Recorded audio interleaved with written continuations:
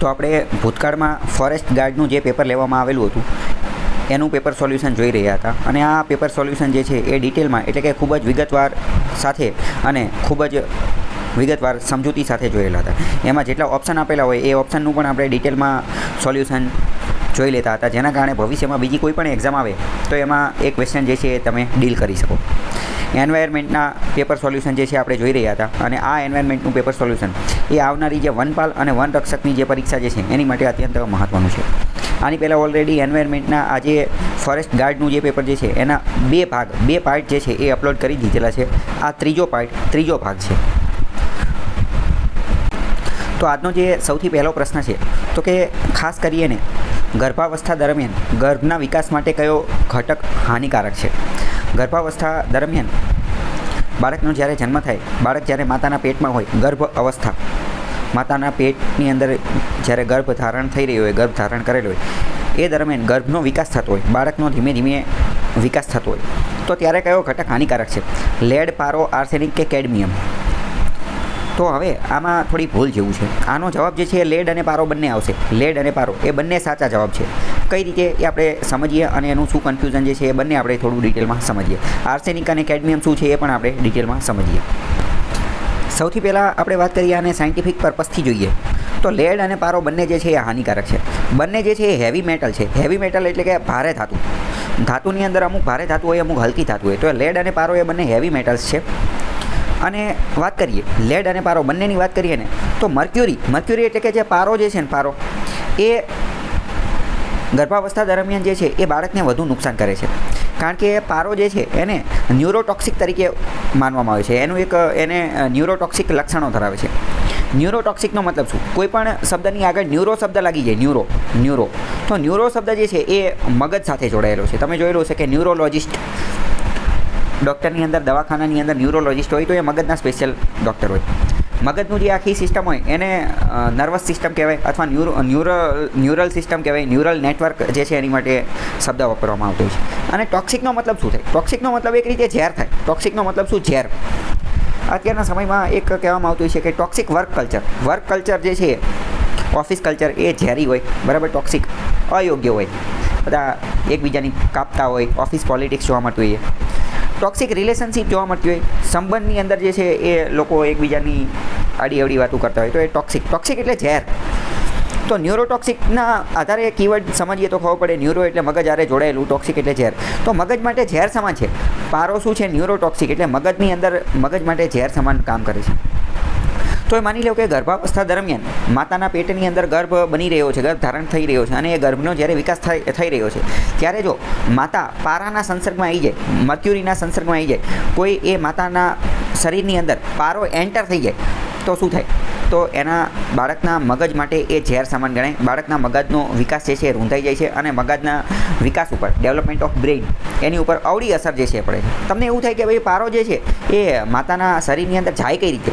તો એ તો આપણે બહુ સાલો પહેલાં સમજી ગયા છીએ. બાયોજીઓ કેમિકલ સાયકલ દ્વારા જઈ શકે. બાયોજીઓકેમિકલ સાયકલ દ્વારા. આ ઉપરાંત વાત કરીએ કે બાયો એક્યુમ્યુલેશન દ્વારા જઈ શકે, બાયો મેગ્નિફિકેશન દ્વારા જઈ શકે. બાયો એક્યુમ્યુલેશન અને બાયો મેગ્નિફિકેશન અત્યંત મહત્ત્વના કીવર્ડ છે. સાલો પહેલાં આપણે આ બધું સમજી ગયા છીએ. એના અલગ વિડીયો લેક્ચર પણ પડેલા છે, તમે જોઈ લેજો એટલે ખ્યાલ આવી જાય. તો વાત કરીએ કે પારાનું આખી ચીજ શું છે. તો પારો જે છે એને એક રીતે મિથાઇલ ફોર્મ છે. પારાની અંદર મિથાઇલ જે છે, મિથાઇલ મર્ક્યુરી એને કહેવામાં આવે. એનું સાયન્ટિફિક નામ એ રીતનું છે, મિથાઇલ મર્ક્યુરી. મતલબ કે એમાં મિથાઇલ જે છે હોય છે એ ભ્રૂણનું મગજ, એનું નાનું બાળક જે છે એનું મગજ, એની નર્વસ સિસ્ટમ અને આંખોના વિકાસ ઉપર ગંભીર અસર કરે છે.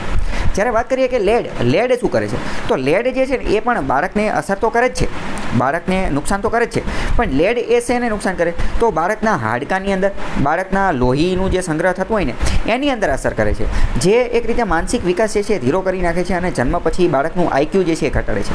એટલે ઇન શોર્ટ આપણે વાત કરીએ ને તો પારો જે છે, પારો એ ડાયરેક્ટ શું કરશે? મર્ક્યુરી એ બાળક જે ભ્રૂણ હશે, નાનું બાળક, એના મગજના વિકાસની અંદર અસર કરશે.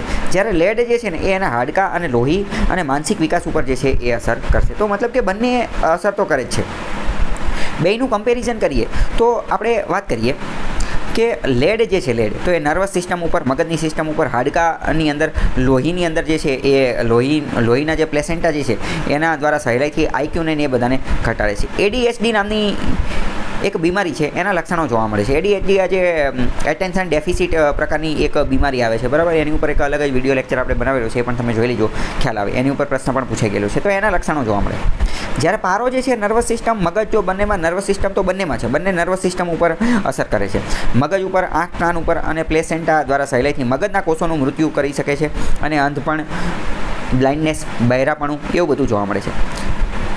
બીજી મોસ્ટ ઇમ્પોર્ટન્ટ વસ્તુ કે લેડ અને પારો આપણને ખબર પડી ગઈ કે બંને જવાબ આવી શકે, બંને જે છે ભ્રૂણના વિકાસ ઉપર જે છે અસર કરે છે.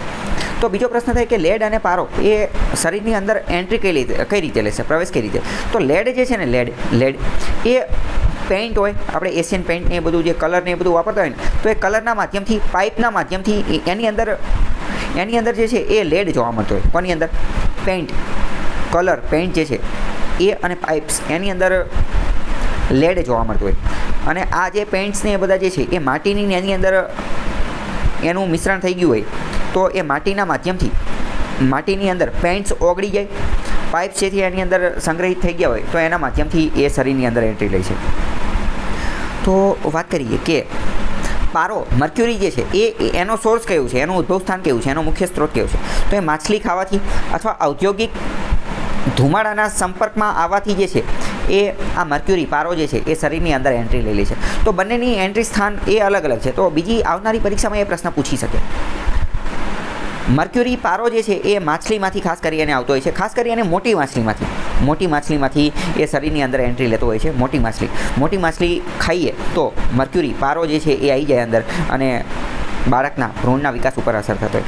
મર્ક્યુરીના કારણે ઘણું બધું પ્રદૂષણ થતું હોય છે અને બાળકના આ જે વિકાસ ઉપર અસર પડતી હોય છે. જાપાનની અંદર જે મહિલાઓ જે છે એ એક ગામ છે, જાપાનનું એક ગામ, ત્યાં આવી બીમારીઓ ખાસ જોવા મળતી હતી. બાળકોની અંદર આ મર્ક્યુરીના કારણે રોગ જે છે વારંવાર જોવા મળતો હતો. એ ઔદ્યોગિક ધુમાડાના કારણે અને માછલી ખાવાના કારણે જોવા મળતું હતું. જ્યારે વાત કરીએ લેડ, તો લેડ જે છે એ પેઇન્ટ્સ અને પાઇપ્સના માધ્યમથી માટીમાં જાય અને આથી શરીરની અંદર પહોંચે. અને બીજી મોસ્ટ ઇમ્પોર્ટન્ટ, અહીંયા મર્ક્યુરીમાં મેં તમને કીધું કે મોટી માછલી ખાવાથી આ થાય. તો તમે વિચારો કે મોટી માછલી ખાવાથી મર્ક્યુરી, પારો જે છે એ શરીરની અંદર એન્ટ્રી લઈ લે, જ્યારે નાની માછલી ખાવાથી એ એન્ટ્રી લેતો નથી. એવું શા માટે થતું હશે? એવું એટલા માટે થતું હશે કારણ કે સાલો પહેલાં આપણે એક ટોપિક સમજી ગયા છે, બાયો એક્યુમ્યુલેશન અને બાયો મેગ્નિફિકેશન અને બાયો એક્યુમ્યુલેશન. આ બંને ટોપિક દ્વારા આપણે સમજી ચૂક્યા છીએ કે મોટી માછલી જે છે, મોટી માછલી એની અંદર બાયો મેગ્નિફિકેશન થકી ઝેરની અસર જે છે એ વધુ માત્રામાં જોવા મળે, જ્યારે નાની માછલીમાં એ ઝેરનું પ્રમાણ એટલું તીવ્ર રીતે જે છે એ જોવા મળતું નથી. એટલે બાયો મેગ્નિફિકેશનની અસરના કારણે મોટી માછલીની અંદર આ જે મર્ક્યુરી, પારો જે છે એની ઝેરી અસર, ટોક્સિક ઇફેક્ટ જે છે એ વધુ તીવ્રતાથી, વધુ હાનિકારક રીતે જે છે એ જોવા મળે છે. સેમ આ જ વસ્તુ આપણે લિન્ડમેનનો એનર્જી લો સમજેલા હતા, થર્મોડાયનેમિક રૂલ સમજેલા હતા અને એનર્જીનો પિરામિડ સમજેલા હતા. ત્યારે પણ મેં તમને આ જ વસ્તુ સમજાવેલી હતી. તો અહીંયા હવે તમને ખબર પડી જવી જોઈએ કે કનેક્ટિંગ ધ ડોટ્સ, બધા જ બિંદુઓ, બધા જ પોઈન્ટ, સિલેબસના દરેક બિંદુ એકબીજા હારે કનેક્ટ થયેલા છે. તો મોટી માછલી ખાવાથી જ પારો જે છે એ એન્ટ્રી લઈ શકશે શરીરમાં, નાનીથી એટલું બધું હાનિકારક નથી. એટલે વાત કરીએ તો બંને જે છે એ હાનિકારક છે. અહીંયા જો લખેલું છે કે ગર્ભવતી સ્ત્રીઓ મોટી માછલીઓ કઈ તો કે ટ્યુના, સ્વર્ડફિશ અને શાર્ક આ ખાવાથી બચવું જોઈએ કારણ કે એની અંદર પારાનું પ્રમાણ વધારે હોય છે. મોટી માછલીમાં શા માટે હોય છે તો કે બાયો એક્યુમ્યુલેશન, બાયો મેગ્નિફિકેશનના કારણે. અને લેડ પેઇન્ટવાળા ઘરો, પાઇપલાઇન અથવા જૂના ધાતુના વાસણો ટાળવા જોઈએ. આના કારણે શું થશે તો કે લેડ એની અંદર એન્ટ્રી થઈ જશે. બ્લડ ટેસ્ટ દ્વારા લોહીનું પરીક્ષણ કરવામાં આવે તો લેડ અને પારાની ઉપસ્થિતિ જે છે એ ચેક કરી શકાય છે. તો વાત કરીએ તો પારો જે છે એ થોડો વધારે હાનિકારક છે. કેમ? કારણ કે પારાના કારણે જાપાનની અંદર જે છે એ ઘણી બધી મહિલાઓની અંદર, બાળકોની અંદર આ બીમારી જે છે જોવા મળે હતી. લેડ જે છે એ પણ હાનિકારક છે, પણ એ ગંભીર રીતે જોખમી છે. એટલે બંનેની વાત કરીએ તો પારો થોડો વધારે હાનિકારક છે. તો એ ઇન શોર્ટ, ગર્ભાવસ્થામાં મહિલાઓએ, માતાઓએ આનેથી દૂર રહેવું જોઈએ. લેડ અને પારો બંનેથી દૂર રહેવું જોઈએ. હવે આપણે બીજા થોડા આના MCQ જે છે જોઈએ કે ભાઈ આની અંદર કેવા MCQ, કેવા ક્વેશ્ચન જે છે, પ્રશ્ન એ પૂછાઈ શકે છે. તો પહેલું છે કે ગર્ભાવસ્થા દરમિયાન ભ્રૂણના મગજના વિકાસ માટે સૌથી વધુ હાનિકારક તત્વ કયું છે? તો સૌથી વધુ હાનિકારક આયરન એટલે કે લોખંડ, લેડ, મર્ક્યુરી કે કોપર. તો આપણે જોયું કે સૌથી વધુ હાનિકારક કયું છે અને એ પણ મગજના વિકાસ માટે તો પારો. હકીકતમાં લેડ અને પારો બંને છે, પણ સૌથી વધુ હાનિકારક હોય તો પારો, મર્ક્યુરી જે છે એને અગ્રતા આપવામાં આવે છે. જાપાનની અંદર એનું એ જે છે જોવા પણ મળેલું છે.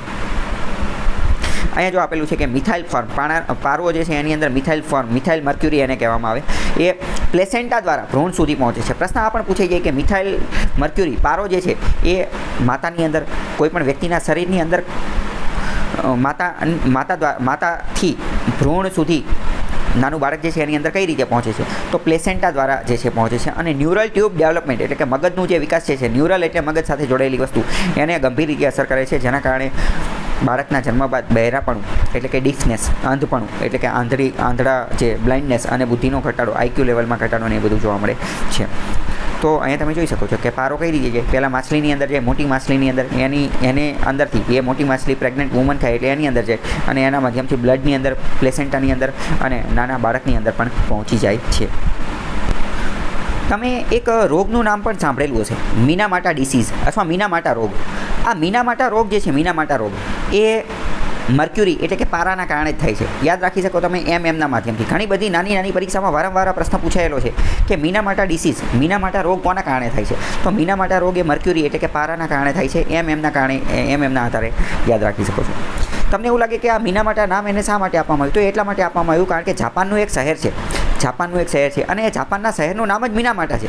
જાપાનના શહેરનું નામ છે મિનામાટા, અને આ મિનામાટા શહેરની અંદર જે છે એ મર્ક્યુરી પોલ્યુશન, પારાનું પ્રદૂષણ ખૂબ જ વધારે માત્રામાં જોવા મળતું હતું. અને એના કારણે આ મર્ક્યુરી પારો જે છે એ મહિલાઓની અંદર, માતાઓની અંદર જતો હતો અને માતાઓના માધ્યમથી પ્લેસેન્ટા દ્વારા માતાઓના ભ્રૂણ, નાનું બાળક હોય એની અંદર એન્ટ્રી લેતો હતો અને પછી બાળકોની અંદર ડીફનેસ, બ્લાઇન્ડનેસ, અંધપણું, બહેરાપણું અને એમના આઈક્યુ લેવલની અંદર, એમના ન્યુરલ, એમની મગજની વિચારવાની શક્તિમાં એ બધામાં અસર જે છે જોવા મળતી હતી. જો આ એના રોગને લક્ષણોને એ બધું જોવા મળે છે. તો મિનામાટા ડિસીઝ એ પણ પ્રશ્ન પૂછાતો હોય છે અને જાપાનની અંદર જોવા મળેલો. તો મિનામાટા ક્યાં આવેલું છે? વારંવાર આ બધા પ્રશ્નો પૂછાઈ ચૂકેલા છે. આપણે વાત કરીએ કે જે જાપાનની અંદર મિથાઇલ મર્ક્યુરી જે છે એ અહીંયા મીનામાટા ખાડી પણ આવેલી છે. મીનામાટા ખાડી રહીને, મીનામાટાની ખાડી આપણે કેમ બંગાળની ખાડી છે, એમ જાપાનમાં મીનામાટા ખાડી છે. અહીંયા 1932 થી 1968 સુધીમાં ઘણું બધું મિથાઇલ મર્ક્યુરીનું પોલ્યુશન જે છે જોવા મળતું હતું અને આ જે ઝેરી વાયુ જે છે એ માછલીઓના માધ્યમથી બીજા બધાની અંદર એન્ટ્રી લેતો હતો.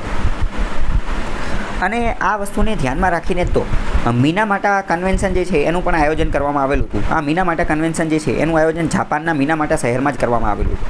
એટલે તમે જોયેલું હશે, ઘણી બધી વાર પ્રશ્ન આ પણ પૂછાતો હોય છે કે મિનામાટા કન્વેન્શન એ કયા હેવી મેટલ સાથે સંબંધિત હતું? તો એ મર્ક્યુરી પોલ્યુશન, પારાના પ્રદૂષણ સાથે સંબંધિત હતું મિનામાટા કન્વેન્શન. બરાબર, જાપાન સાથે જોડાયેલું છે. અને મિનામાટા કન્વેન્શન જે છે એક રીતે દરેક દેશ ઉપર લીગલી બાઇન્ડિંગ હતું, કાયદેસર રીતે, કાયદાની દ્રષ્ટિએ લીગલી બાઇન્ડિંગ હતું. દરેકે એને જે છે એનું પાલન કરવાનું જ હતું. 2013ની અંદર આ કન્વેન્શન, આ સંમેલન જે છે એ એડોપ્ટ જે છે એ કરવામાં આવેલું હતું જાપાનના શહેરની અંદર. જાપાનની અંદર આ કોન્ફરન્સનું આયોજન કરવામાં આવ્યું. તો આવા બધા પ્રશ્નો જે છે પૂછાતા હોય છે. એ લીગલી બાઇન્ડિંગ હતું મર્ક્યુરી પોલ્યુશનને અટકાવવા માટે. હવે આપણે વાત કરીએ કે લેડ જે છે એ પણ શું છે? એ પણ ઝેર જ છે, એ પણ એક રીતે ટોક્સિક જ છે. તો એનો મુખ્ય સ્ત્રોત કયો છે? તો લેડનો મુખ્ય સ્ત્રોત કયો છે? તો કે જૂના પેઇન્ટ્સ અને પાણીની પાઇપ્સ. એ જ રીતે આપણે મર્ક્યુરીનો સ્ત્રોત કયો હતો? મર્ક્યુરી છે એની અંદરથી એન્ટ્રી લેતું હતું. તો મર્ક્યુરી જે છે મોટી માછલી જે છે એના માધ્યમથી શરીરની અંદર એન્ટ્રી લેતું હતું. બરાબર, માછલી જે છે તો માછલીમાં તો શું આવશે? માછલીમાં મર્ક્યુરી, ફળો શાકભાજીથી નહીં, દૂધથી નહીં. બરાબર, તો આવા પ્રશ્નો પૂછાઈ શકે છે. અહીંયા જો આપેલું છે જૂના રંગ, લીડ પેઇન્ટ હોય, કારણ કે કલર હોય ને, જે પેઇન્ટ હોય ઘરની અંદર આપણે વાપરતા હોય એની અંદર લેડ નામની ધાતુ જે છે જોવા મળતી હોય છે અને ધૂળથી ને એ બધાથી જતી હોય છે. બીજી વાત કરીએ કે લેડ જે છે એક રીતે હિમોગ્લોબિનનું નિર્માણ રોકે છે અને નર્વસ સિસ્ટમને પણ ધીમે ધીમે નુકસાન પહોંચાડે છે. હવે તમે સમજો, હિમોગ્લોબિનનું નિર્માણ રોકે છે તો બહુ પહેલાં મેં તમને એક ટોપિક ચલાવેલો હતો કે હિમોગ્લોબિન જે છે એક રીતે બ્લડ જે છે, લોહી, એનું એક મેઇન કન્ટેન્ટ જે છે એને હિમોગ્લોબિન કહી શકાય. અથવા રેડ બ્લડ સેલ, રક્ત લાલ કણો જે છે એનું મેઇન કન્ટેન્ટ જે છે એને હિમોગ્લોબિન કહી શકાય. એવું પણ કહેવામાં આવે છે કે લોહીનો લાલ રંગ જે છે એ હિમોગ્લોબિનને જ આભારી છે. હિમોગ્લોબિનના કારણે લોહીનો રંગ જે છે એ લાલ છે. અને આ હિમોગ્લોબિન જે છે એ શું કરે છે? તો કે હિમોગ્લોબિન જે છે એ બ્લડની અંદર, લોહીની અંદર, રક્તની અંદર જે છે એ ઓક્સિજનને ઓગાળવાની પ્રક્રિયા કરે છે. ઓક્સિજન જે છે ને, ઓક્સિજન એને ઓગાળવાની પ્રક્રિયા કરવાનું કામ જે છે એ શું કરે છે? તો કે હિમોગ્લોબિન કરે છે. અને એટલે તમે એક વસ્તુ નોટ કરેલી હશે કે ઘણી બધી વાર હિમોગ્લોબિનનું પ્રમાણ ઘટી જાય તો શું થાય? હિમોગ્લોબિનનું પ્રમાણ ઘટી જાય તો લોહીની અંદર ઓક્સિજન ઓગળવાની પ્રક્રિયા ધીમી પડી જાય અથવા એ અટકી જાય. એ ધીમી પડી જાય અથવા અટકી જાય. અને એટલે તમે જોયેલું હશે કે ઘણી બધી વાર જે છે એ બાળકને મગજ સુધી ઓક્સિજન ન પહોંચે કે અમુક દૂરના અંગો સુધી ઓક્સિજન પહોંચે નહીં. તો એ હિમોગ્લોબિનના કારણે આ બધી વસ્તુ થતી હોય છે. હિમોગ્લોબિનની ખામીના કારણે ભારતની અંદર ઘણી બધી બીમારીની એ બધું જે છે એ પણ જોવા મળતું હોય છે. ચલો આગળનો પ્રશ્ન છે કે ભ્રૂણ એટલે માતાના પેટની અંદર નાનું બાળક જે જન્મ લઈ રહ્યું હોય એ ભ્રૂણમાં પારાની અસર કયા અંગના વિકાસ પર સૌથી વધુ પડે છે? કયા અંગ ઉપર એની સૌથી વધુ અસર પડે છે પારાની? મર્ક્યુરી, કિડની, હાડકાં, મગજ કે હૃદય? તો આપણે જોઈ લીધું કે સૌથી વધુ ન્યુરલ સિસ્ટમ, મગજના વિકાસ ઉપર જે છે એ સૌથી વધુ અસર જે છે એ પડે છે. સેન્ટ્રલ નર્વસ સિસ્ટમ જેને કહેવાય, સેન્ટ્રલ નર્વસ સિસ્ટમ, આપણું બધું વિચારવાનું કામ, ડિસિઝન લેવાનું કામ એ બધું જે છે એ સેન્ટ્રલ નર્વસ સિસ્ટમથી જ જે છે એ થતું હોય છે. બાકી વાત કરીએ કે આપણે રીડ લાઇક અ પ્રો નામની મેં એક પુસ્તક લખેલી છે, રીડ લાઇક અ પ્રો, અને એની ઉપર રીડિંગ વાંચવું કઈ રીતે, લાંબા સમય સુધી યાદ કઈ રીતે રાખવું, મેમરી ટેકનિક, એ બધા ઉપર પણ મેં એક આખો વિડીયો કોર્સ જે છે બનાવેલો છે. એની અંદર આ સેન્ટ્રલ નર્વસ સિસ્ટમ કઈ રીતે કામ કરે છે, એનું શું યોગદાન છે, એ બધું મેં ડિટેલમાં સમજાવેલું છે. એ પણ તમે જોઈ લેજો, તમને ખ્યાલ આવી જાય કે આખી ચીજ શું છે. મગજના કોષોનું જે છે એ અપશોષણ થાય છે. મગજના જે કોષ હોય એને કહેવાય ન્યુરલ સેલ્સ, અને એના કારણે મોટર કંટ્રોલ એટલે કે હાથ હલાવો છે, પગ હલાવો છે, આપણે કોઈ પણ ક્રિયા કરવી છે. મોટર એટલે હાલતું ચાલતું, મોટર એટલે શું? હાલતું ચાલતું. તો એ હલનચલનની કોઈ પણ પ્રક્રિયા કરવી છે તો એ શું થાય? આપણે હાથ હલાવો છે કે પગ હલાવો છે તો મગજને પહેલાં સંકેત મળવો પડે ને, મગજને પહેલાં મેસેજ મોકલવો પડે કે ભાઈ હાથ હલાવવાનો છે, પગ ચલાવવાનો છે. તો મગજને જ્યારે સંદેશ મળે એ સંદેશ આપવાનું કામ જે છે એ એક રીતે સેન્ટ્રલ નર્વસ સિસ્ટમ કરે. આને તમે એવી રીતે કરી શકો કે ભાઈ એક બહુ મોટું કોલ સેન્ટર છે તો અથવા એક બહુ મોટું હેલ્થ સેન્ટર માટેનું કોલ સેન્ટર છે. તો અહીંયા ઘણા બધાના ફોન આવતા હોય. હવે એ બધા ફોન આવે એને અલગ અલગ ડિપાર્ટમેન્ટની અંદર ટ્રાન્સફર કરવાના હોય. તો બસ આ બધું એવું જ છે. આ સેન્ટ્રલ નર્વસ સિસ્ટમ એ એવું જ હોય. આપણા આખા શરીરના આખા તમામ વસ્તુમાંથી બધા મેસેજ એને આવતા હોય. હવે જે મેસેજ આવે એ મેસેજ જેને લગતું હોય ને એ એને લાગુ પડે. ફોર એક્ઝામ્પલ માની લો કે તમને મચ્છર કરડી ગયું, હાથમાં મચ્છર કરડી ગયું, તો પહેલાં હાથમાં મચ્છર કરડ્યું એ મચ્છર કરડવાનો સંદેશ જે છે એ સેન્ટ્રલ નર્વસ સિસ્ટમને મળશે. હવે સેન્ટ્રલ નર્વસ સિસ્ટમ જે છે તાત્કાલિક એની ઉપર જે છે એ એક્શન લેવાનું કામ કરશે. તો શું એક્શન લેશે કે ભાઈ તમારા હાથ દ્વારા હવે અહીંયા ખંજોડવું પડે. તો એ હાથને સંદેશ મોકલશે કે ભાઈ તમે આજે એને ખંજોડવાનું કામ કરો કે મચ્છરને મારવાનું કામ કરો કે એની પ્રતિક્રિયા આપો. તો આખું બહુ મોટું સેન્ટ્રલ નર્વસ સિસ્ટમ જે છે એ બહુ મોટું ન્યુરલ સિસ્ટમ એને કહેવાય. અને આ બહુ કોમ્પ્લેક્સ હોય, બહુ ગૂંચવણવાળું હોય. એને હજી વૈજ્ઞાનિકો સંપૂર્ણપણે તો હજી સમજી શક્યા નથી. બરાબર. તો આવી બધી વસ્તુ હોય તો મેમરી ટેકનિકને માસ્ટર કરવા માટે, પ્રો કરવા માટે આપણે આનું પણ થોડો ઉપયોગ કરવો જોઈએ. એ બધું મેં A read like a pro નામની પુસ્તકની અંદર અને વિડીયો કોર્સમાં ચલાવેલું છે. તો સેન્ટ્રલ નર્વસ સિસ્ટમમાં મોટર કંટ્રોલ એ આવેલું. ભાષાનો વિકાસ, લેંગ્વેજ ડેવલપમેન્ટ એ પણ એની અંદર થાય અને બુદ્ધિક ક્ષમતા જે છે એ પણ એની અંદર જોવા મળતી હોય છે. તો મિથાઇલ મર્ક્યુરીના કારણે બ્રેઇનના જે ન્યુરોન્સ હોય, બ્રેઇનના જે કોષ હોય, બ્રેઇનના સેલ હોય એને ન્યુરોન્સ કહેવામાં આવે. એની ઉપર આ માઠી અસર કરે છે. હવે વાત કરીએ કે મેં તમને કીધું કે મર્ક્યુરી જે છે, મર્ક્યુરી પારો જે છે, પારો એનું પ્રમાણ જે છે એ જો શરીરમાં વધી જાય તો આ બધી સમસ્યાઓ થઈ જાય છે. તો WHO જે છે, WHO એને ગર્ભવતી સ્ત્રીઓ માટે પારાનું પ્રમાણ કેટલું હોવું જોઈએ ને એનું પ્રમાણ લોન્ચ કરેલું છે કે ભાઈ આટલા કરતાં વધારે હોવું જોઈએ નહીં. પારા અને લેડ બંનેનું પ્રમાણ જે છે એ નક્કી કરેલું છે કે આટલા mg કરતાં, આટલા માઇક્રોગ્રામ, એક દિવસના આટલા માઇક્રોગ્રામ કરતાં વધારે પ્રમાણ જે છે એ વધવું જોઈએ નહીં. તો આની માટે લેડનું પ્રમાણ નક્કી કરેલું છે. WHO એ લેડનું પ્રમાણ નક્કી કરેલું છે કે 5 માઇક્રોગ્રામ કરતાં ડેઇલી જે છે એ વધવું જોઈએ નહીં. 5 માઇક્રોગ્રામ કરતાં કેટલું હોવું જોઈએ? એની કરતાં વધશે તો એ કેવું રહેશે? એ ખતરનાક થઈ જશે. જો 5 નું 10 થઈ ગયું તો મહિલાઓના જે એનું બાળક જે છે ભ્રૂણ એના વિકાસ માટે એ ખતરો સાબિત થઈ જશે. આપણે વાત કરીએ કે નીચેના પૈકી કઈ સાવચેતી યોગ્ય છે? તો કે મોટી માછલીઓ ટાળવી, લેડ પેઇન્ટનો ઉપયોગ કરવો, એલ્યુમિનિયમ વાસણોમાં ખોરાક રાંધવો અને આયરનનું સેવન ઘટાડવું. તો શું મોટી માછલીઓ ટાળવી આવશે? લેડ પેઇન્ટનો ઉપયોગ કરવો એ તો ન કરાય, નથી કરવાનો. લેડ પેઇન્ટનો ઉપયોગ ક્યાં કરવાનો છે? નથી કરવાનો. તો પહેલો જવાબ જે છે એ સાચો પડશે. ટ્યુના, શાર્ક અને સ્પોટ ફિશ એ ટાળવી જોઈએ. શા માટે મોટી માછલી? તો એ આપણે સમજી ગયા કે બાયો એક્યુમ્યુલેશન, બાયો મેગ્નિફિકેશન. અહીંયા જો એ બાયો એક્યુમ્યુલેશન જે છે એ જ સમજાવેલું છે કે સૌથી પહેલાં પ્લેન્કટન, માની લો કે પ્લેન્કટનની અંદર જે છે પારો જતો રહ્યો. તમને એવું લાગે પ્લેન્કટનની અંદર પારો કઈ રીતે જાય? તો પારો જે છે એ પાણીની અંદર ઓગળી જાય અને પાણીના માધ્યમથી જે છે એ જમીનની અંદર જાય અથવા અહીંયા જમીનના માધ્યમથી આ પ્લેન્કટન એટલે સમુદ્રી ઘાસ, સમુદ્રની અંદર જે ફોટોસિન્થેસિસ જે કરતું હોય એ પ્રકારની વનસ્પતિ પ્રકાર, લીલ કહેવાય અને લીલ, એલ્ગી. બરાબર. તો એની અંદર ઘૂસી ગયું. હવે એને કોણ ખાશે? એને નાની માછલી ખાશે. તો એની અંદર ઘૂસ્યું. નાની માછલીમાંથી મોટી માછલી ખાશે.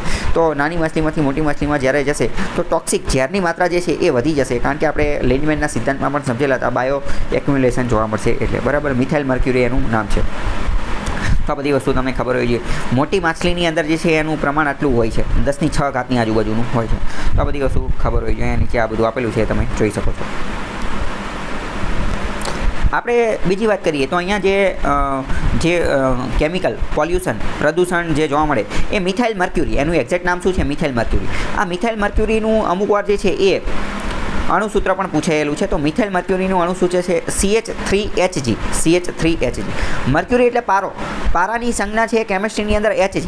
તો આવા નાના નાના પ્રશ્નો પણ પૂછે કે ભાઈ પારાની સંજ્ઞા કઈ છે? તો એ Hg. અને મિથાઇલ મર્ક્યુરીનું અણુસૂત્ર શું છે? તો CH3Hg.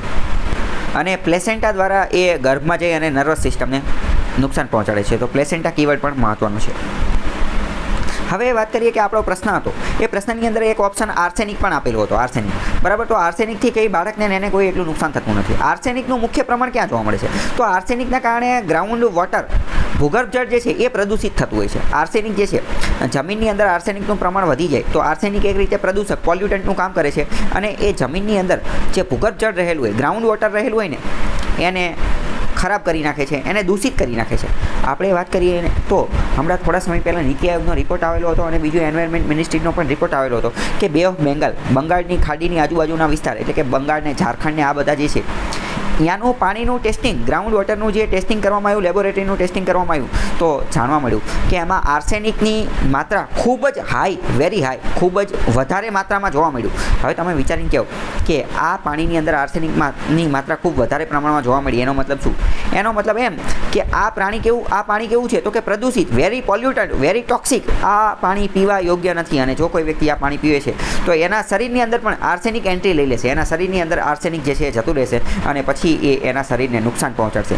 ખાસ કરીને જો આપેલું છે ને, પશ્ચિમ બંગાળ, બિહાર અને આસામની અંદર આર્સેનિક પ્રદૂષિત પાણીનો ઇસ્યુ જે છે એ વારંવાર આ ચર્ચામાં રહેતું હોય છે. તો પ્રશ્ન આ પણ પૂછાઈ જશે કે પશ્ચિમ બંગાળ, બિહાર, આસામના વિસ્તારની અંદર ભૂગર્ભ જળની અંદર કયું પ્રદૂષિત તત્વ, કયું ટોક્સિક એલિમેન્ટ જોવા મળે છે? તો જવાબ આવશે આર્સેનિક. આર્સેનિક જે છે એ જોવા મળે છે.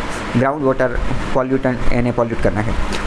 વાત કરીએ કે આર્સેનિકના કારણે શું થાય? તો આર્સેનિકના કારણે ચામડી, સ્કિન, ત્વચા જે છે યકૃત હોય, હાડકાં હોય અને કેન્સર, આ બધું જે છે એ થઈ શકે છે. અને ત્વચા, યકૃત, હાડકાં, એની ઉપર એની માઠી અસર થાય છે. આ ઉપરાંત વાત કરીએ ગર્ભાવસ્થા દરમિયાન બાળકમાં વિકાર, બાળકના ગ્રોથને પણ અટકાવવાનું કામ કરે છે, અથવા ગ્રોથની અંદર જે છે, વિકાસની અંદર થોડું ઘણું અટકાવવાનું કામ કરે છે. એ પણ કોણ કરે છે? તો પણ એ આર્સેનિક જ કરે છે. બીજી વાત કરીએ કેડમિયમ. તો કેડમિયમ આપણા શરીરની અંદર કઈ રીતે પ્રવેશે? તો આપણે જે સ્મોકિંગ કરતા હોય, ધૂમ્રપાન કરતા હોય, બીડી, સિગરેટ વગેરે, એના માધ્યમથી કેડમિયમ આપણી અંદર જતું રહે. કેડમિયમનું અણુસૂત્ર પૂછાતું હોય છે CD વારંવાર.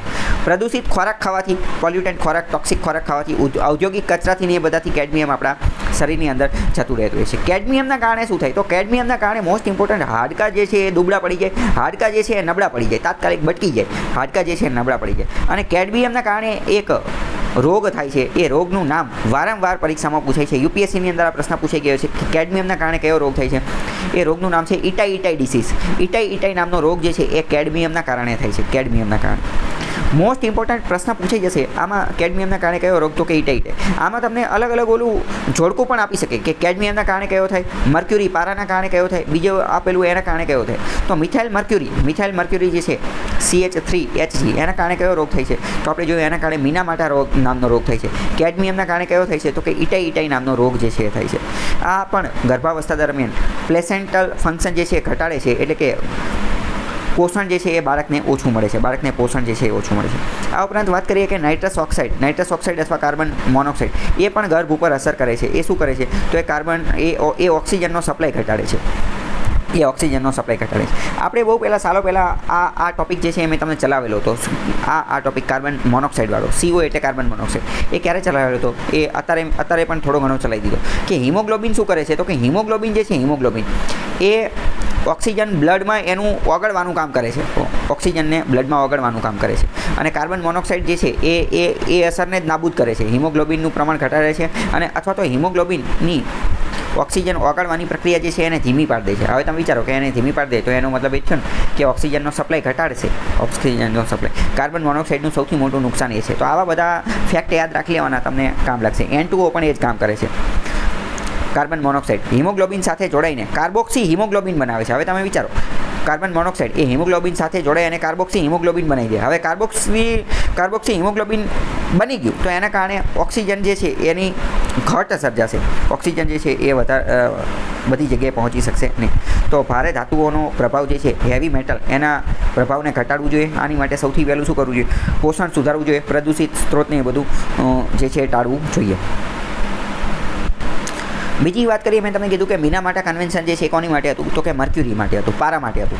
આ ઉપરાંત મિનામાટા કન્વેન્શન જે છે એ મર્ક્યુરી ઉપર તો હતું જ તે, પરંતુ એની સાથે સાથે એ તમામ પ્રકારના હેવી મેટલ્સને પણ ધ્યાને લીધું હતું અને ટોક્સિક કેમિકલ જે છે એને પણ ધ્યાને લીધું. એટલે પ્રશ્ન પૂછે છે કે ભારે ધાતુઓનું જે પ્રદૂષણ થાય છે એને અટકાવવા માટે કયું કન્વેન્શન હતું, સંમેલન હતું? તો એમાં પણ મિનામાટા જ જવાબ આવશે. 2013માં હતું. મેં તમને કીધું જાપાનની અંદર આયોજન કરવામાં આવ્યું હતું. યુનેપ અંતર્ગત, યુનાઇટેડ નેશન્સ એન્વાયરમેન્ટ પ્રોગ્રામ અંતર્ગત આ બધું કરેલું. તો ભારતે પણ આની અંદર જે છે એ હસ્તાક્ષર કરેલા છે.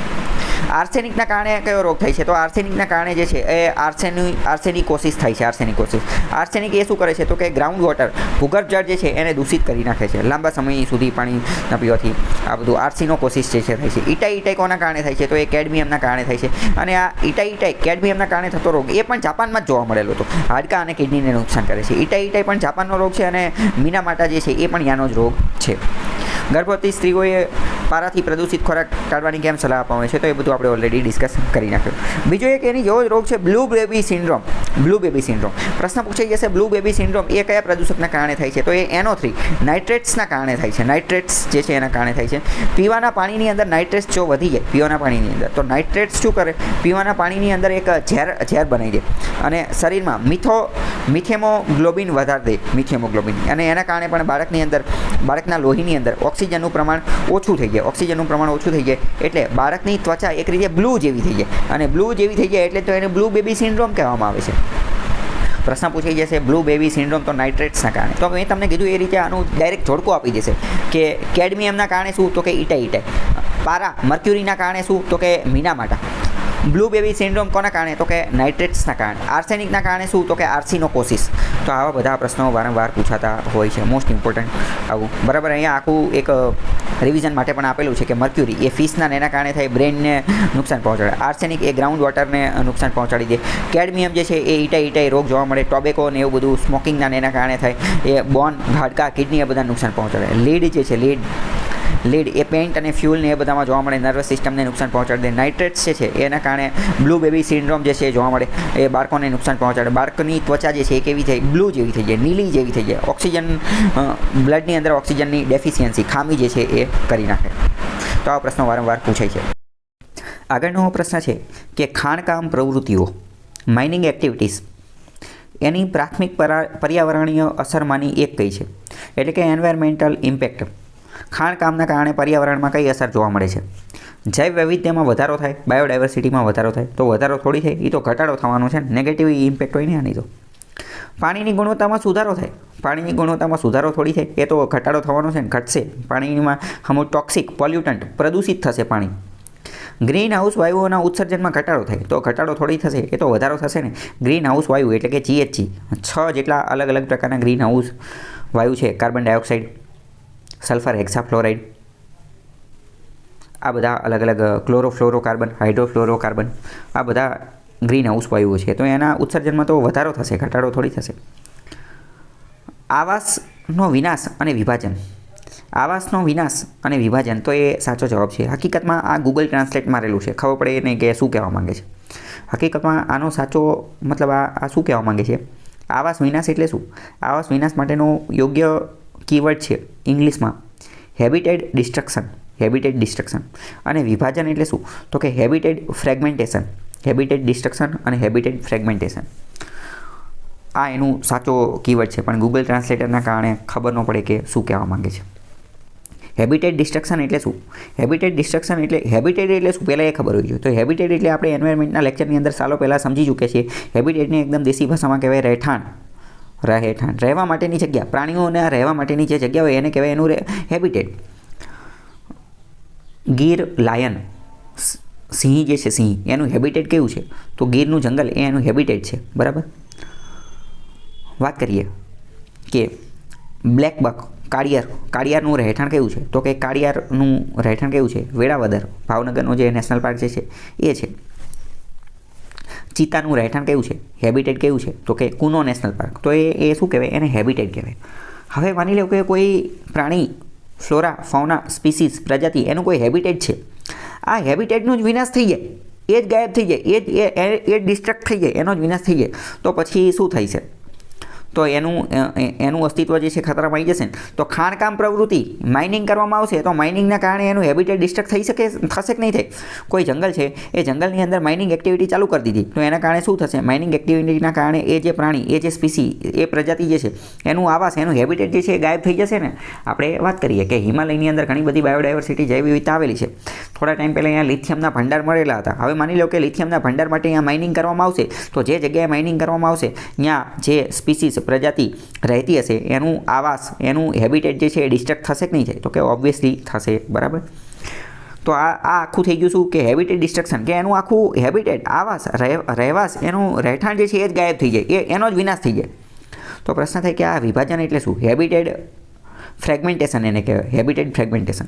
હેબિટેટ ફ્રેગમેન્ટેશનની અંદર શું થાય કે એમાં એનું આખું હેબિટેટ, આખું રહેઠાણ, આખું નિવાસસ્થાન ગાયબ ન થાય, આખું નિવાસસ્થાન ગાયબ ન થાય, પણ એ ટુકડામાં વિભાજિત થઈ જાય. તમને એવું લાગે એવું કઈ રીતે થાય? તો એવું એ રીતે થાય કે ફોર એક્ઝામ્પલ સમજો કે એક બહુ મોટું જંગલ છે, માની લો કે ગીરનું જંગલ છે, બહુ મોટું જંગલ છે. આ બહુ મોટું જંગલ છે, તો આ જંગલની અંદર શું કરવામાં આવે, તો કે જંગલની વચ્ચેથી માની લો કે હાઈવે કાઢવાનો થયો. આ જંગલની વચ્ચેથી અહીંયા હાઈવે કાઢ્યો, તો અહીંયા વચ્ચેથી હાઈવે કાઢ્યો તો અહીંયા વૃક્ષો જે છે કાપી નાખશે અને આ જે જંગલ જે છે એનો નાશ કરવો પડશે. તો હકીકતમાં હેબિટેટ ડિસ્ટ્રક્શન શું આખું જે એનું નિવાસસ્થાન જે છે એને નુકસાન થયું, આખો નિવાસ જે છે એનો વિનાશ થઈ ગયો, તો કે ના, એવું નથી થયું. પણ ખાલી આટલો ભાગ તૂટી ગયો, અને આટલો ભાગ તૂટી ગયો એના કારણે એનું જે હેબિટેટ, રહેઠાણ હતું ને એ ટુકડામાં વિભાજિત થઈ ગયું. એટલે આને કહેવાય હેબિટેટ ફ્રેગમેન્ટેશન. ટુકડામાં વિભાજિત થઈ ગયું, અડધું અહીંયા રહી ગયું ને અડધું અહીંયા રહી ગયું. આના કારણે ઘણી બધી વાર કેવું થતું હોય, ફોર એક્ઝામ્પલ માની લો કે સિંહ હોય, તો સિંહ તો ગીરના જંગલમાં બધે આંટા ઠોકતા હોય, આખું જંગલ એનું હોય. તો આમાં કેવું હોય કે દરેક જગ્યાએ અલગ અલગ હોય. ફોર એક્ઝામ્પલ એની ખાવાની જગ્યા અલગ હોય, એની પાણી પીવાની જગ્યા અલગ હોય. કારણ કે હવે તમે વિચારો કે કંઈ જંગલમાં તો કંઈ માટલા કે ફ્રીજ કે પાણીની બોટલ એવું કંઈ તો હોય નહીં. તો પાણી પીવાની તો એક જ જગ્યા હોય ને. પાણી પીવાની જગ્યા કઈ હોય કે નદી હોય, તળાવ હોય, ઝરણું હોય કે આવી કોઈ વસ્તુ હોય એ હોય. તો એક રીતે જંગલના બધા જ પ્રાણીઓ, બધી જ સ્પીસીસ, બધી જ પ્રજાતિઓ જે છે, પ્રાણીઓ, પશુ, પંખીઓ, એ બધા અહીંયા જ પાણી પીવા આવતા હોય. હવે ફોર એક્ઝામ્પલ સમજો કે આ લાયન, સિંહ છે, બરાબર, આખું ગીરનું જંગલ છે. હવે અહીંયા હેબિટેટ ફ્રેગમેન્ટેશન થઈ ગયું, તો અહીંયા પાણીનું છે, ઝરણું, જળાશય અહીંયા છે, તો આ બધા તો હવે અહીંયા આવી જ નહીં શકે ને, આ બધા અહીંયા આવી શકશે નહીં. બરાબર. તો આવી આ આખી ઘટનાને કહેવાય હેબિટેટ ફ્રેગમેન્ટેશન. અને એના કારણે તમે એક વસ્તુ જોઈએ છે કે અમુક વાર શું બનાવવામાં આવતું હોય કે આ જે વન્ય પ્રાણીઓ જે છે, વન્ય પ્રાણીઓ એમની માટે સ્પેશિયલ હાઈવે ને એવું બધું બનાવવામાં આવતું હોય એમની માટે, ખાલી વન્ય પ્રાણીઓ માટે.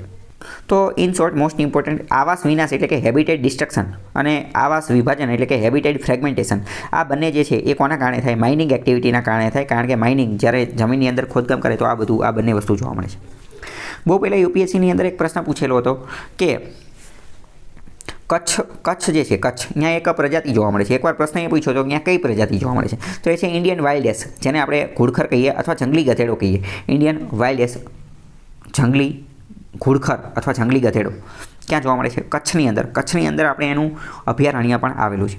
એકવાર આ પ્રશ્ન પૂછ્યો. બીજી વાર એ પ્રશ્ન પૂછ્યો કે આ જે ઇન્ડિયન વાઇલ્ડ એસ છે એનું પ્રમાણ ધીમે ધીમે ઘટી રહ્યું છે, તો એનું પ્રમાણ ઘટવાનું કારણ શું છે?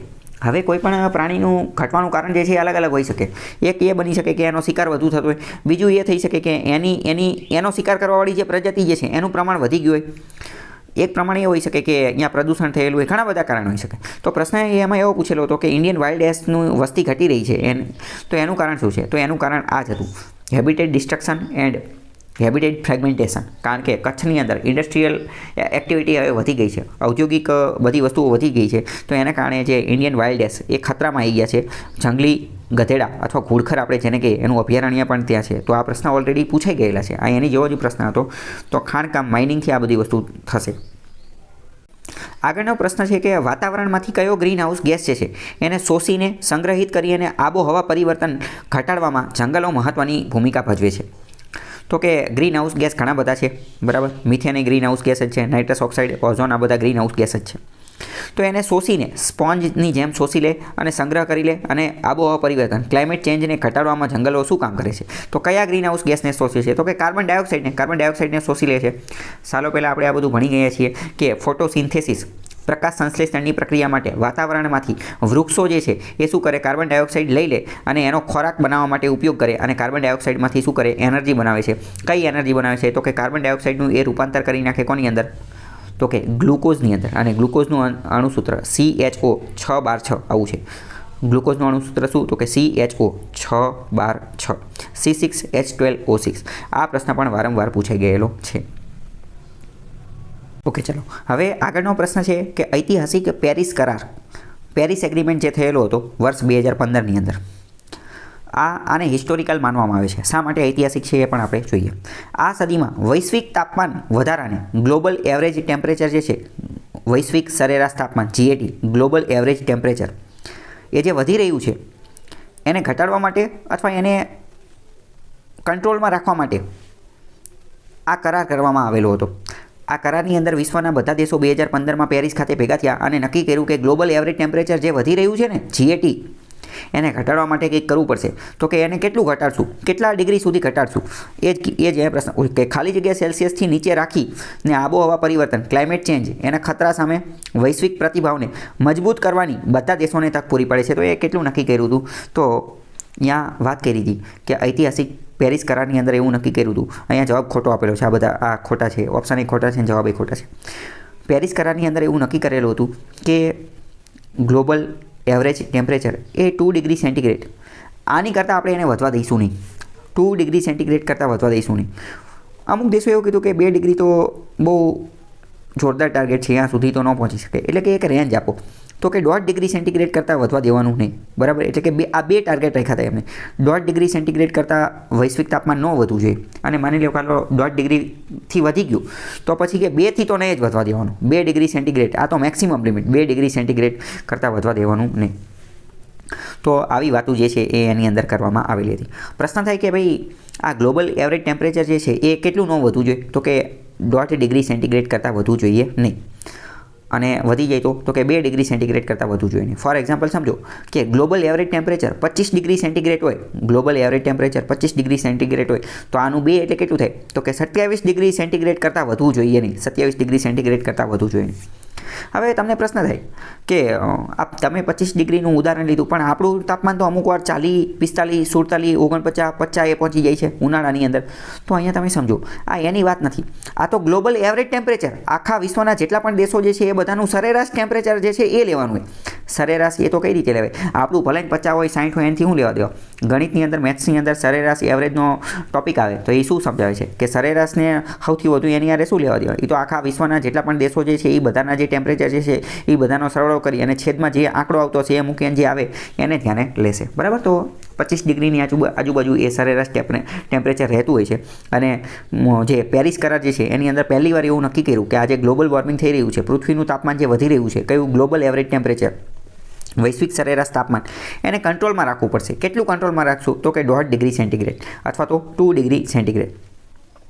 બીજો પ્રશ્ન અહીંયા એ પણ થાય કે હાલો આ કંટ્રોલમાં રાખશું, પણ આ કંટ્રોલમાં રાખવા માટે કંઈક રેફરન્સ પોઈન્ટ તો હોવો જોઈએ ને. કોની કરતાં નહીં વધવા દઈએ, કંઈક રેફરન્સ હોવો જોઈએ.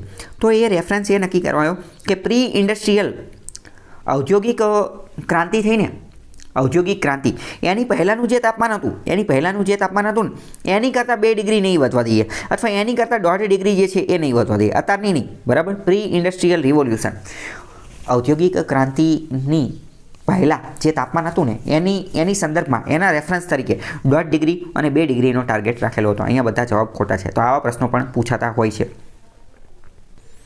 જો અહીંયા તમે જોઈ શકો છો કે પેરિસ એગ્રીમેન્ટ 2015ની અંદર જે છે આ બધું જોવા મળે. અને પેરિસ એગ્રીમેન્ટ વારંવાર ચર્ચામાં રહેતા હોય છે. ડોનાલ્ડ ટ્રમ્પ જ્યારે પહેલી ટર્મની અંદર અમેરિકાના રાષ્ટ્રપતિ બન્યા હતા તો એમને એક ઐતિહાસિક નિર્ણય લઈ લીધો કે અમે પેરિસ એગ્રીમેન્ટથી નીકળી જવી છે. એમ ડોનાલ્ડ ટ્રમ્પનું એવું માનવું છે કે ક્લાઇમેટ ચેન્જ, ગ્લોબલ વોર્મિંગ આવું કંઈ છે જ નહીં, આ બધી વાતો છે, આ બધી મિથ છે, આ બધું કલ્પના છે. કારણ કે શું એમને ભણેલા હોય નહીં એન્વાયરમેન્ટ એ બધું. અને એમને એમ કીધું કે ભાઈ અમે પેરિસ એગ્રીમેન્ટમાંથી નીકળી જવી છે. અમે 2 ડિગ્રી સુધી ઘટાડવા માટે કે 1.5 ડિગ્રી સુધી ઘટાડવા માટે અમે કોઈ પગલાં લેવાના નથી. તો જો વૈશ્વિક તાપમાનમાં વધારાને 2 ડિગ્રીથી ઘણું નીચે રાખવાનો પ્રયત્ન કરવામાં આવશે, અથવા 1.5 ડિગ્રી સુધી એની મર્યાદા રાખવા માટેનું આ નક્કી કરવામાં આવશે. એટલે કે 2 ટાર્ગેટ, 1.5 ડિગ્રી અને 2 ડિગ્રીનો જે ટાર્ગેટ જે છે અચીવ કરેલા હતા. પ્રશ્ન થાય કે ભાઈ આ નક્કી કર્યું, બરાબર, તો આની માટે શું કરવામાં આવશે? બધા દેશોએ શું કંઈ કર્યું કે ન કર્યું? તો એની અંતર્ગત એનડીસી નક્કી કરેલું હતું. એનડીસી એટલે કે નેશનલી ડિટરમાઇન્ડ કોન્ટ્રીબ્યુશન. દરેક દેશ પોતપોતાની રીતે નક્કી કરશે કે ભાઈ તમે આ 1.5 ડિગ્રી અથવા 2 ડિગ્રીનો ટાર્ગેટ અચીવ કરવા માટે શું કરી શકો. NDC national determined contribution. તો ભારતે કીધું કે વાંધો નહીં, અમે 2070 સુધીમાં જે છે એ નેટ ઝીરો કાર્બન એમિશન બની જઈશું. યુરોપિયન યુનિયને એકાદો બીજો આપ્યો, ચાઇનાએ બીજો આપ્યો, બરાબર. એટલે કે આવી રીતે બધાએ પોતપોતાના ટાર્ગેટ રાખ્યા. અને બીજું ભારતે એ પણ કીધું કે અમે જે છે એ ક્લીન એનર્જીનો ઉપયોગ કરીશું, સોલાર એનર્જીનો ઉપયોગ કરીશું. તો આવા બધાએ પોતપોતાની રીતે ટાર્ગેટ રાખ્યા. એટલે કે અહીંયા કોઈ એવી રીતે નક્કી ન કર્યા, પણ બધાએ કે દરેક દેશ પોતપોતાની ઓકાત અનુસાર, પોતપોતાની શક્તિ અનુસાર, જે અમીર દેશ છે એ મોટો ટાર્ગેટ રાખશે, ગરીબ નાનો દેશ છે એને કંઈ ખબર નથી પડતી, પૈસા નથી, ટેકનોલોજી નથી, કેપિટલ નથી, તો એ નાનો ટાર્ગેટ રાખશે. એટલે કે નેશનલી ડિટરમાઇન્ડ કોન્ટ્રીબ્યુશન. નેશનલ એટલે કે રાષ્ટ્રીય રીતે, ડિટરમાઇન્ડ એટલે કે નક્કી કરેલું, રાષ્ટ્ર પોતાની રીતે નક્કી કરશે એવો કોન્ટ્રીબ્યુશન એટલે યોગદાન એવું નક્કી કરવામાં આવેલું હતું. પણ પછી અમેરિકાની બધા એમાંથી નીકળી ગયા હતા, આ બધી વાતો હતી. આગળનો પ્રશ્ન છે, નીચેનામાંથી કયો વાયુ મહત્તમ ગ્લોબલ વોર્મિંગ પોટેન્શિયલ ધરાવે છે? ગ્લોબલ વોર્મિંગ પોટેન્શિયલ એક અત્યંત મહત્ત્વનો ટોપિક છે. એની ઉપર આપણે સાલો પહેલાં વિડીયો બનાવી દીધેલો છે, એ જોઈ લેજો, ખ્યાલ આવી જશે. અત્યારે ઉપરથી જોઈ લઈએ ગ્લોબલ વોર્મિંગ એટલે શું. ગ્લોબલ વોર્મિંગ એટલે પૃથ્વીનું તાપમાન જે વધી રહ્યું છે, પૃથ્વી ગરમ થઈ રહી છે, ગરમી વધી રહી છે, તડકો વધી રહ્યો છે, એને કહેવામાં આવે ગ્લોબલ વોર્મિંગ. આ ગ્લોબલ વોર્મિંગ કોના કારણે થઈ રહ્યું છે? તો આ ગ્લોબલ વોર્મિંગ થઈ રહ્યું છે GHGના કારણે, ગ્રીન હાઉસ ગેસના કારણે. તો હવે આ જેટલા પણ ગ્રીન હાઉસ ગેસ છે એ પૃથ્વીને ગરમ કરી રહ્યા છે, ગ્લોબલ વોર્મિંગ કરી રહ્યા છે. તો દરેક ગ્રીન હાઉસ ગેસ છે ને એની અમુક પોટેન્શિયલ છે, એની અમુક શક્તિ છે, એની અંદર અમુક ક્ષમતા છે. શું બધા જ ગ્રીન હાઉસ ગેસ એક સમાન પ્રકારનું ગ્લોબલ વોર્મિંગ કરતા હશે? તો કે ના, બધા એક હરખું થોડું કરતા હોય. અમુક જે છે પૃથ્વીને તાત્કાલિક ગરમ કરી દેતા હોય, અમુક જે છે પૃથ્વીને લાંબા ગાળે ગરમ કરતા હોય. તો મતલબ કે બધાનું પોટેન્શિયલ, જેટલા પણ ગ્રીન હાઉસ ગેસ છે સામાન્ય રીતે 6 જેટલા છે, 6 કરતાં પણ વધુ હોઈ શકે, પણ મુખ્ય 6 છે. તો 6 ગ્રીન હાઉસ ગેસ છે એ પૃથ્વીની અંદર તાપમાન વધારવાનું કામ કરે છે, ગરમી કરી નાખે છે, ગરમ કરી નાખે છે પૃથ્વીને, ગ્લોબલ વોર્મિંગ કરી નાખે છે. તો આ બધાનું પોટેન્શિયલ, ક્ષમતા, એની યોગ્યતા, એની શક્તિ કેટલી છે એ બધાના આધારે એને જે છે એ માપ, રેન્કિંગ આપવામાં આવે છે. આ રેન્કિંગમાં 2 વસ્તુ ધ્યાને લેવામાં આવે. એક તો એનું પોટેન્શિયલ કેટલું છે, એની શક્તિ કેટલી છે, એ પૃથ્વીને કેટલું ગરમ કરે છે, અને બીજું એ કે એ વાતાવરણની અંદર કેટલા લાંબા સમય સુધી રહે છે, આ 2 વસ્તુને ધ્યાને રાખી અને આખું રેન્કિંગ તૈયાર કરવામાં આવે. એ રેન્કિંગને કહેવામાં આવે ગ્લોબલ વોર્મિંગ પોટેન્શિયલ. અને આની અંદર રેફરન્સ તરીકે, બેઝ પોઈન્ટ તરીકે રાખવામાં આવે કાર્બન ડાયોક્સાઇડ માટેનું રેન્કિંગ જે છે એ છે 1. કાર્બન ડાયોક્સાઇડનું 1 છે. હવે માની લો કે મિથેન હોય, તો માની લો કે મિથેનનું 30 અથવા 35 હોય. તો એનો મતલબ શું કે મિથેન જે છે એ કાર્બન ડાયોક્સાઇડ કરતાં 30 ગણો વધારે ગ્લોબલ વોર્મિંગ પોટેન્શિયલ ધરાવે છે. કાર્બન ડાયોક્સાઇડ કરતાં 30 ગણી વધારે રીતે પૃથ્વીને ગરમ કરી નાખશે. આવી રીતે આખો રેન્કિંગ તૈયાર કરવામાં આવે. પ્રશ્ન પૂછાઈ જશે, આ ગ્લોબલ વોર્મિંગ પોટેન્શિયલ માટેના બે મહત્ત્વના પિલ્લર કયા છે? તો પહેલું કયું કે એનું પોટેન્શિયલ કેટલું છે, એની શક્તિ કેટલી છે, અને બીજું કયું તો કે બીજું એ કે એ કેટલા લાંબા સમય સુધી, હાઉ લોંગ ટાઈમ, કેટલા લાંબા સમય સુધી એ વાતાવરણની અંદર રહે છે, એ બેના આધારે નક્કી કરવામાં આવે છે. તો સૌથી ઓછો ગ્લોબલ વોર્મિંગ પોટેન્શિયલ કયો છે, કોનો છે? તો કે કાર્બન ડાયોક્સાઇડનો. સૌથી ઓછો કોનો છે? કાર્બન. કારણ કે એ જ તો બેઝ પોઈન્ટ ઉપર, રેફરન્સ પોઈન્ટ ઉપર એ જ છે. રેફરન્સ પોઈન્ટ ઉપર બેઝ પોઈન્ટ કોનો છે? કાર્બન ડાયોક્સાઇડનો. એટલે એ છે. બાકી બધાને એની કરતાં વધારે છે. હવે આ બધામાંથી સૌથી વધુ કોનો છે? તો તમને ખબર હોવી જોઈએ કે કોનો કેટલા છે, બરાબર. તો આમાં નાઇટ્રસ ઓક્સાઇડ જવાબ આપેલો છે. આપણે બધાના જોઈ લઈએ કેટલા છે. બાકી ગ્લોબલ વોર્મિંગ પોટેન્શિયલ ઉપરનો અલગ વિડીયો છે, એ જોઈ લેજો. 100 વર્ષના સમયગાળાના આધારે ધ્યાને લેવામાં આવે છે. કાર્બન ડાયોક્સાઇડનો 1 છે, મેં તમને અત્યારે જ કહી દીધું. મિથેનનો કેટલો છે? તો મિથેનનો એની કરતાં 25-30 ગણું આજુબાજુ, બરાબર. એટલે કે એનો 25 અથવા 30 છે. નાઇટ્રસ ઓક્સાઇડનો કેટલો છે? એનો 300ની આજુબાજુ છે. એટલે કે એ કાર્બન ડાયોક્સાઇડ કરતાં 300 ગણું વધારે પ્રદૂષણ જે છે કરી શકે. અને કાર્બન મોનોક્સાઇડનો કેટલો છે? તો એનો એટલો બધો છે નહીં, એનો 0ની આજુબાજુ, કારણ કે એટલો બધો GHGમાં એનું યોગદાન છે નહીં, બરાબર. હકીકતમાં સૌથી વધુ તો સલ્ફર હેક્ઝાફ્લોરાઇડને એ બધાના છે, બરાબર. તો આ બધા એની ઉપર GWP ગ્લોબલ વોર્મિંગ પોટેન્શિયલનો વિડીયો જોઈ લેજો, ખ્યાલ આવી જશે. આના આધારે જેટલા ઓપ્શન આપેલા એના આધારે જોઈએ, ઓપ્શનના આધારે તો નાઇટ્રસ ઓક્સાઇડ આવશે. કેમ? કારણ કે એનો 300ની આજુબાજુ છે, એટલે નાઇટ્રસ ઓક્સાઇડ 300 ગણું વધુ અસરકારક છે. ગ્લોબલ વોર્મિંગ પોટેન્શિયલ માટે કેટલા વર્ષનો સમયગાળો ધ્યાને લેવામાં આવે છે? તો મેં તમને કીધું 100 વર્ષ ધ્યાને લેવામાં આવે છે. કયા વાયુનું ટકાઉપણું સૌથી વધુ છે? તો કે કાર્બન ડાયોક્સાઇડ સૌથી લાંબા સમય સુધી ટકે. મેં તમને કીધું ને 2 વસ્તુ ધ્યાને લેવામાં આવે. એક એનું પોટેન્શિયલ, એનું શક્તિ, એની ક્ષમતા કેટલી છે, અને બીજું કયું તો કે એ કેટલા લાંબા સમય સુધી વાતાવરણમાં રહી શકે. તો સૌથી લાંબા સમય સુધી કાર્બન ડાયોક્સાઇડ જે છે રહે છે. કયો વાયુ ઓઝોન ડિપ્લીશન એટલે કે ઓઝોનનું ક્ષારણ, ઓઝોનનું ધોવાણ કરી નાખે છે અને ગ્લોબલ વોર્મિંગ બંનેમાં યોગદાન આપે છે? તો નાઇટ્રસ ઓક્સાઇડ જે છે એ ગ્લોબલ વોર્મિંગ એ કરી નાખે, ગરમી એ લઈ દે, અને ઓઝોનનું ધોવાણ જે છે એ પણ કરી નાખે છે. તો બાકી ગ્લોબલ વોર્મિંગ પોટેન્શિયલ ઉપર આખો એક અલગ વિડીયો લેક્ચર બનાવેલો છે, ડિટેલમાં જોઈ લેજો, તમને ખ્યાલ આવી જશે કે આખી ચીજ શું છે. આગળનો પ્રશ્ન છે કે NGT નેશનલ ગ્રીન ટ્રિબ્યુનલની સ્થાપના ક્યારે કરવામાં આવેલી હતી?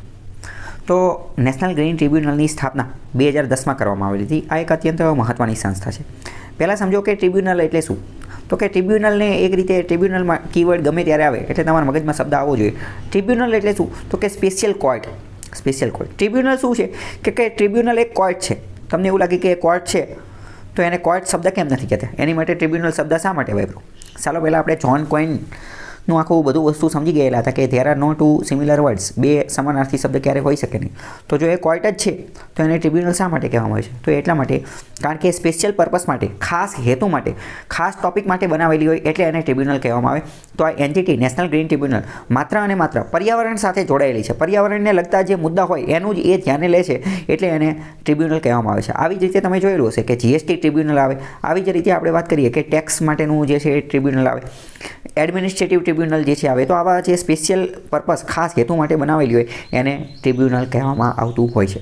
તો પર્યાવરણના મુદ્દાઓને સુલઝાવવા માટેનું જે ટ્રિબ્યુનલ હોય, કોર્ટ હોય, સ્પેશિયલ કોર્ટ, એને નેશનલ ગ્રીન ટ્રિબ્યુનલ કહેવામાં આવે. બીજી મોસ્ટ ઇમ્પોર્ટન્ટ વસ્તુ, ટ્રિબ્યુનલની એક બીજી ખાસિયત એ હોય કે એમાં બે પ્રકારના સભ્યો હોય. બે પ્રકારના સભ્યો એટલે કે એક જ્યુડિશિયલ સભ્ય એટલે કે ન્યાયિક સભ્યો. ન્યાયિક ફિલ્ડની અંદર, કોર્ટના ફિલ્ડની અંદર, ન્યાયના ફિલ્ડની અંદર જે એક્સપર્ટ ધરાવતા લોકો હોય એ કયા હોય? તો કે એ જજ હોય. એ જજ કોર્ટની અંદર, જ્યુડિશરીની અંદર જેણે કામ કરેલું હોય.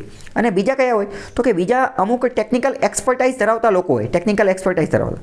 કારણ કે તમે વિચાર કરો કે આ પર્યાવરણનો મુદ્દો છે તો પર્યાવરણના મુદ્દાની અંદર ખાલી અને ખાલી જજ લોકો બેસી ગયા હોય, જ્યુડિશરીનો એક્સપિરિયન્સ ધરાવતા, તો એ ન ચાલે. આની અંદર બીજું અમુક ટેકનિકલ એક્સપર્ટાઇઝ ધરાવતા લોકો પણ હોવા જોઈએ ને, કે જેને પર્યાવરણનું જ્ઞાન હોય, પર્યાવરણને પ્રદૂષિત કરવાવાળી કંપનીનું જ્ઞાન હોય, કોણ કઈ કંપની કેટલું પ્રદૂષિત કરી શકે, મર્ક્યુરીનું શું પ્રદૂષણ થાય. તો આ બધું આવું જે ટેકનિકલ નોલેજ ધરાવતા હોય, એક્સપર્ટાઇઝ ધરાવતા હોય એવા લોકો પણ હોય, જેને એક રીતે નોન જ્યુડિશિયલ મેમ્બર કહેવાય. નોન જ્યુડિશિયલ મેમ્બર અથવા તો એને આપણે ટેકનિકલ એક્સપર્ટ મેમ્બર જે છે કહી શકીએ. તો બે પ્રકારના સભ્ય હોય દરેક ટ્રિબ્યુનલની. આ વાત હોય કે એમાં જ્યુડિશિયલ મેમ્બર અને નોન જ્યુડિશિયલ મેમ્બર હોય. નોન જ્યુડિશિયલ મેમ્બર કયા હોય? તો કે એ ફિલ્ડના એક્સપર્ટ લોકો હોય, એ ફિલ્ડના ટેકનિકલ સભ્યો હોય. તો આના આધારે પણ ખબર પડી જાય કે આને કોર્ટ, આની માટે કોર્ટ શબ્દ નથી વાપરવામાં આવતો અને ટ્રિબ્યુનલ શબ્દ શા માટે વાપરવામાં આવે છે? તો આનું બે કારણ છે. પહેલું કે એ સ્પેશિયલ પર્પસ, ખાસ હેતુ માટે બનાવેલી હોય, અને બીજું એ કે એની અંદર જ્યુડિશિયલ મેમ્બર તો હોય તે સાથે સાથે નોન જ્યુડિશિયલ મેમ્બર જે છે એ પણ હોઈ શકે છે. તો 2010માં આ જે છે એ બનાવવામાં આવેલી હતી. પણ બીજી વાત કરીએ કે નેશનલ ગ્રીન ટ્રિબ્યુનલ એ અત્યંત મહત્ત્વની થીમ છે, એ અત્યંત મહત્ત્વનો ટોપિક છે. આની ઉપરથી પ્રશ્ન વારંવાર પૂછાતા હોય છે, તો એનું આપણે થોડું ડિટેલમાં જોઈએ. એની સાથે જોડાયેલા બીજા અમુક ક્વેશ્ચનના આધારે આપણે એને થોડું ડિટેલમાં સમજવાની કોશિશ કરીએ. પહેલું વિધાન આપેલું છે કે નેશનલ ગ્રીન ટ્રિબ્યુનલની સ્થાપના વર્ષ 2010માં થઈ હતી. તો કે હા, એ વાત તો સાચી જ છે. અત્યારે જોયું 2010માં થઈ હતી.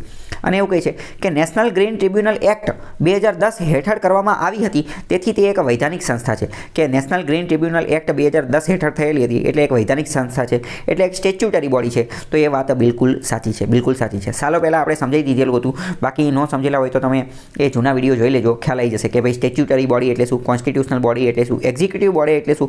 એક્ઝિક્યુટિવ બોડી એટલે કારોબારી સંસ્થા, કોન્સ્ટિટ્યુશનલ બોડી એટલે બંધારણીય સંસ્થા, અને સ્ટેચ્યુટરી બોડી એટલે કે વૈધાનિક સંસ્થા.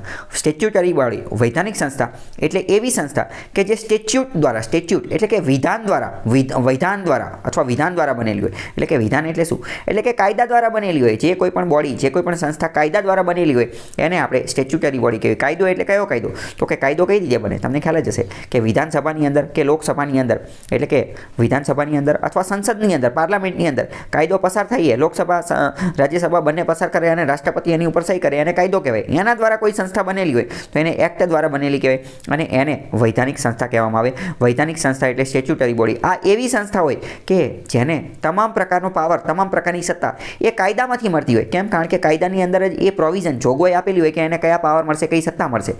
જ્યારે કોન્સ્ટિટ્યુશનલ બોડી કેવી હોય? એને તમામ પ્રકારની સત્તા કેમાંથી મળતી હોય, પાવર કેમાંથી મળતા હોય? તો કે કોન્સ્ટિટ્યુશનમાંથી, બંધારણમાંથી મળતા હોય છે.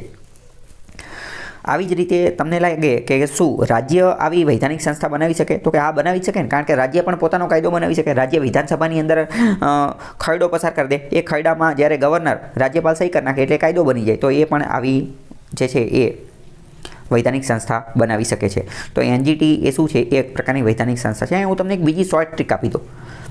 જેટલી પણ ટ્રિબ્યુનલ છે ને, એ આના આધારે જ બનેલી છે. કોના આધારે? તો કે કાયદાના આધારે જ બનેલી. એટલે કે તમામ પ્રકારની ટ્રિબ્યુનલ્સ જે છે ને, તમામ પ્રકારની ટ્રિબ્યુનલ્સ એ વૈધાનિક સંસ્થા છે જ તે. તમામ એ વૈધાનિક સંસ્થા છે જ તે.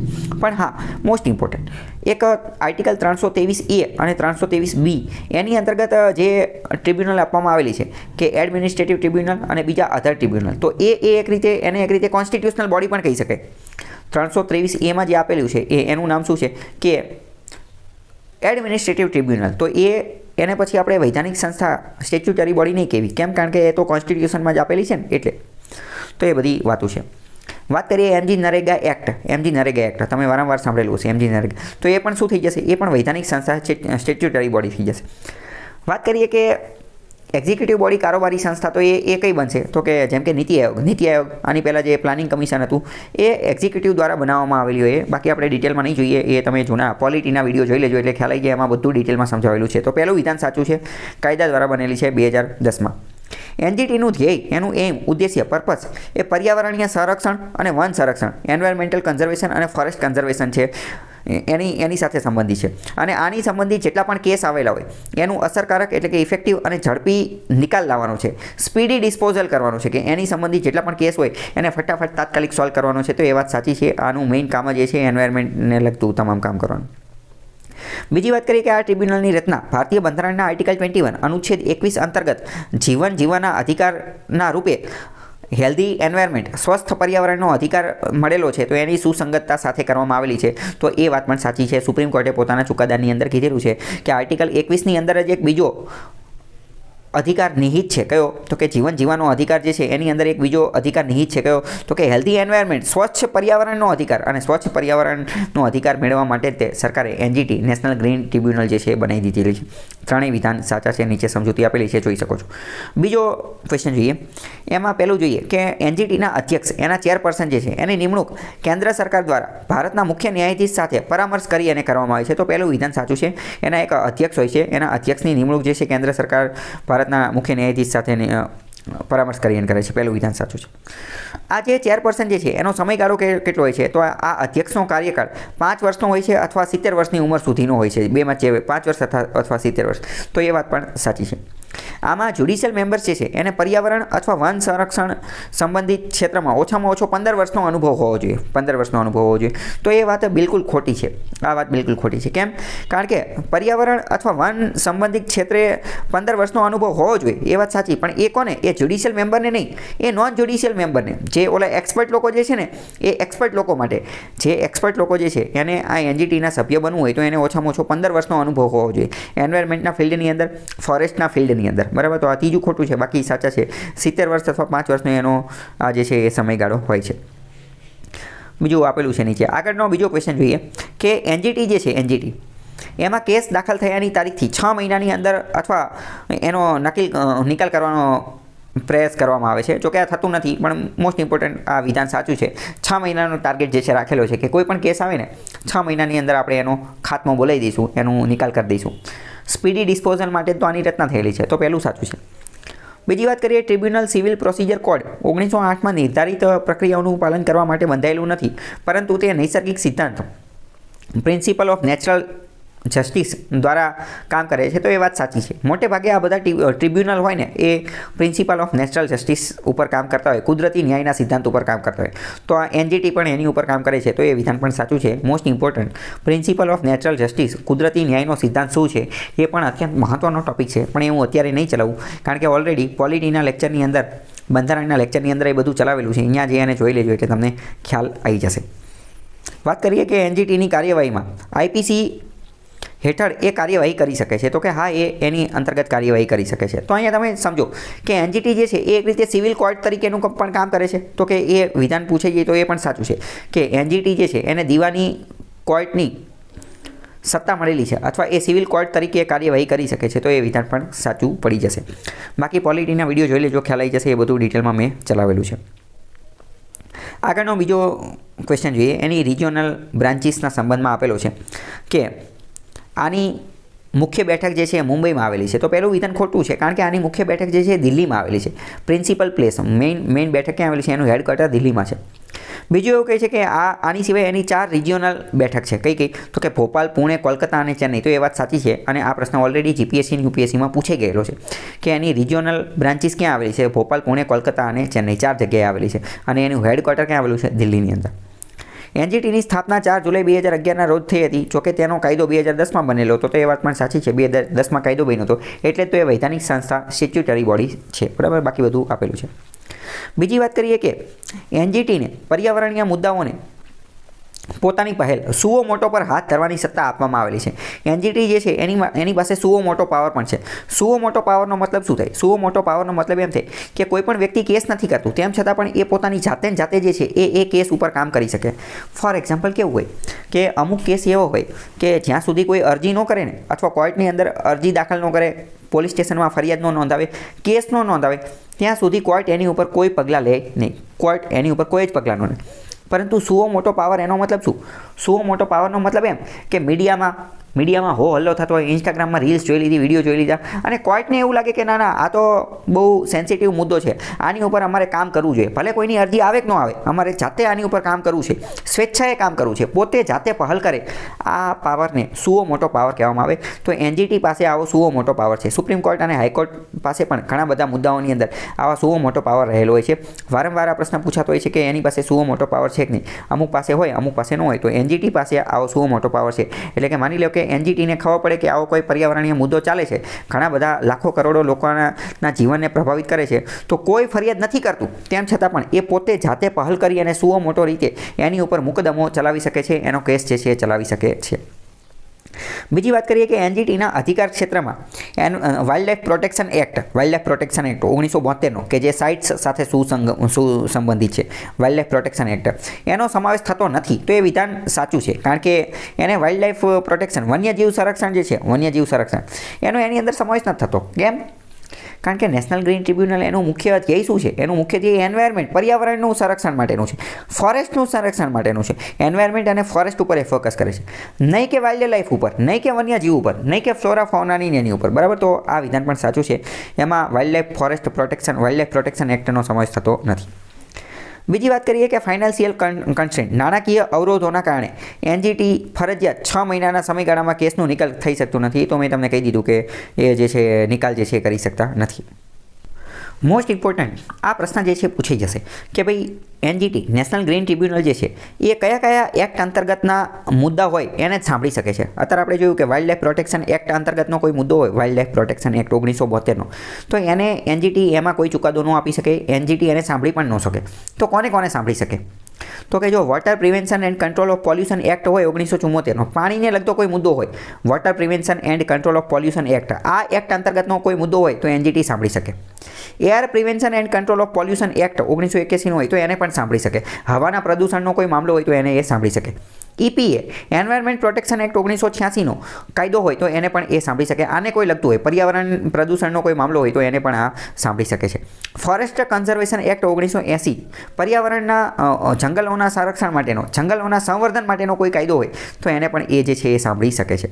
આ ઉપરાંત વાત કરીએ બાયોલોજિકલ ડાયવર્સિટી એક્ટ સંબંધિત કોઈ મુદ્દો હોય, બાયોલોજિકલ ડાયવર્સિટી, જૈવ વિવિધતા સંબંધિત કોઈ મુદ્દો હોય તો એને પણ એ સાંભળી શકે છે.